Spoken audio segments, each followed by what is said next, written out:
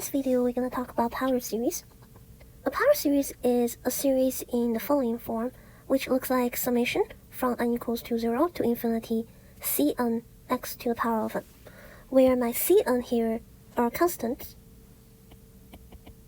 and we call them the coefficients of the series, and x is a variable, which means it could be any of the real numbers, and n is just our index here.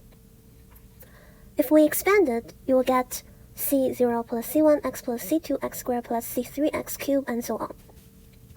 If you look at this form, hopefully you can figure out why power series is useful a lot of time. From what we see here, this is basically a polynomial.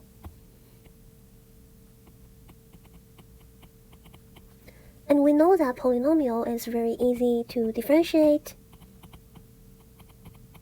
and easy to integrate, because you just use power rule or reverse power rule.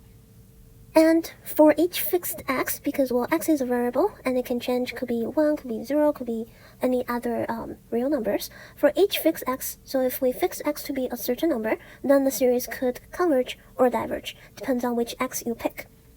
And what we talked about this form is a specific power series, which we call it at centered at 0. So this one we would call it centered at 0.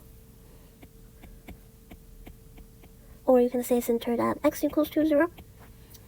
More generally, if we don't center at 0, then you would see this form instead.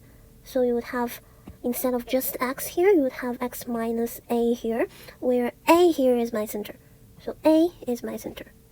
What exactly it means is that later when you use, let's say, ratio test or root test to figure out where the series would converge, you would end it up with, well, the power series so this is the center. So the power series might converge only here. Okay, so if I only converge here, actually I'm going to draw it 3 times. So if I only converge here, so this is only converge at x equals to a only, which means everywhere else, if you're here, if you're here, if you're here, those all diverges, right? Then, so let's say diverge everywhere else. Then basically you only converge at one point. Then there is no radius, because it's you cannot really form an interval. So the radius, in this case, we call it radius of convergence, is just gonna be 0. So converge at the center, only diverge everywhere else. This is one radius of convergence, and we call it convergence. R equals to 0. Well, of course, you might converge at some other point. So for example, this is the first case. The second case is, well, again, I have a center, and instead of I only converge at A, I might converge at some other points as well. So how it works is, well, you can imagine you have a circle which center or the origin is here, and then you have a radius of a circle. So let's say radius is r, for example, radius is r. Then this is your radius, and you can draw a circle with center A. My circle is ugly, but this is your circle with radius r. So this is r, this is also r. Okay, so how it works is, for your power series, if you have radius of convergence equals to r, let me write it here. If you have radius of convergence equals to r, which is not 0, so not 0, then, and not infinity, sorry, not infinity, then let's say, so what I have was like, I can draw a circle here, and this is r. So this is actually a plus r, sorry, because that's the center. Then inside of this interval, because we are in 2 dimension here, I mean 1 dimension actually, not even 2 dimension. So we're in 1 dimension because you have only one variable. Then inside of this interval, so let's say here to here, where the radius is r, so this is r. That's your radius. This is also r. Then this point, this end point, is gonna be a plus r, and this point is gonna be a minus r. Okay, then radius of convergence means that, well, every point inside of this interval will converge. So for every x inside of this interval, they converge. So everywhere here, they converge. But if it's outside of this interval, like here, you would diverge.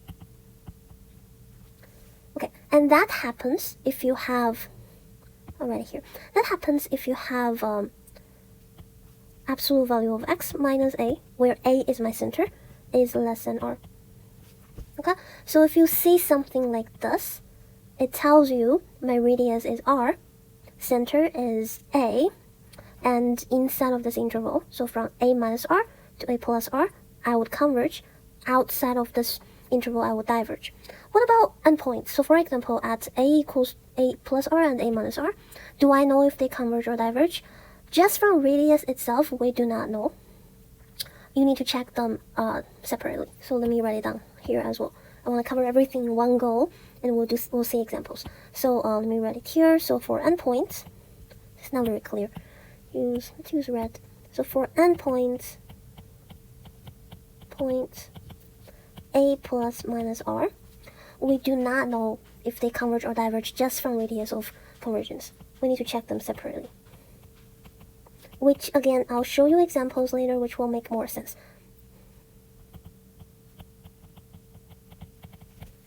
So that's when my radius of convergence is a specific number. It does not equal to 0. It does not equal to infinity. So let me highlight it here. And this is the first case. And this happens when you have this. Okay. And there is another case, which is when r equals to infinity. So you have your center here, but my series converge everywhere. Okay, so it converge everywhere. Then basically, if you pick any point here, it converge. If you pick here, it converge. Oops.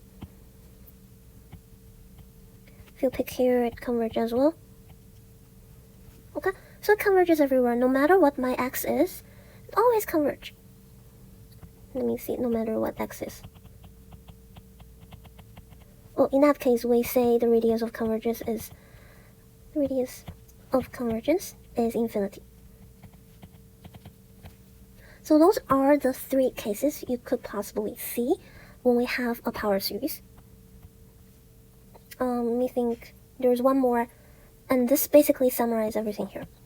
Okay, but there is one more thing that I want to mention, and it's a common mistake, which is you gotta make sure this x here, the coefficient is 1 instead of anything else. Coefficient is 1 here. So for example, if you have, let me write it down.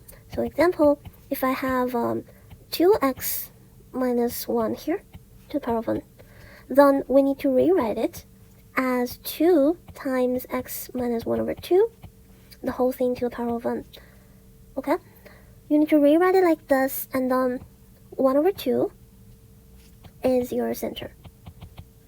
Actually, I'll just write is your center here. This is not your center. Okay, it is important to figure out where your center is. That's how you can figure it out what is your radius of convergence and what is your interval of convergence. So that's this box, and now I want to talk about interval of convergence. So interval of convergence is basically the interval that consists of all the points that your series converges, or the power series converges, and that's not just from here to here, for example.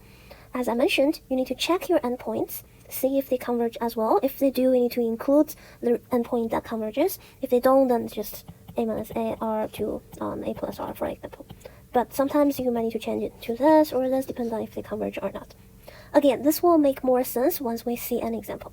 But that's basically the idea here, and for the next video we will use ratio test or root test to try them, and then we'll check the endpoints separately, use alternating series test and other tests.